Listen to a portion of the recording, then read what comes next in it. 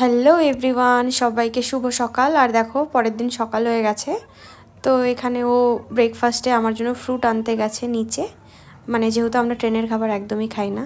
আর এখানে ও জোম্যাটো থেকে কিছু অর্ডার করেছে। তো চলো দেখি এটাও কি অর্ডার করেছে। সকালের কি অর্ডার করলাম?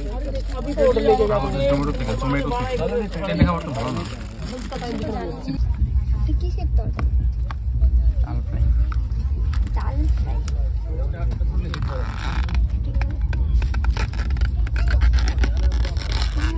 পাট না ছেড়ে দিচ্ছে। আমরা এখানে অনলাইনে অর্ডার করেছিলাম লাঞ্চ। কি কি আছে গো লাঞ্চে?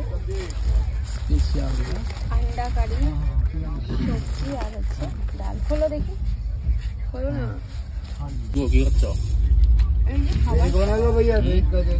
আমাদের দুপুরের লাঞ্চ 5টা থেকে ভালোই আছে, ভালোই আছে।